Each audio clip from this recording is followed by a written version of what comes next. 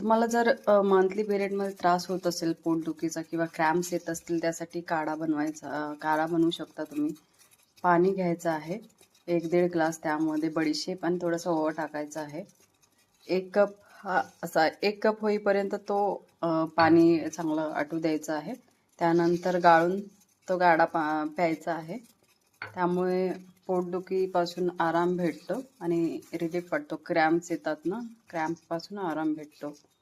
तुम्ही नक्की ट्राय करू शकता पिरियड्समध्ये आणि काढा पिऊ शकता. हा एकदम हेल्दी आणि याचे दुष्परिणाम काय होत नाही. आणि तुम्ही इवन ॲसिडिटी जर होत असेल तुम्हाला तर ॲसिडिटीवरती पण तुम्ही पिऊ शकता. Okay, thank you so much watching मी. लाईक आणि सबस्क्राईब करा यूट्यूब चॅनलला. Thank you so much. काढून घेतले आपण काढा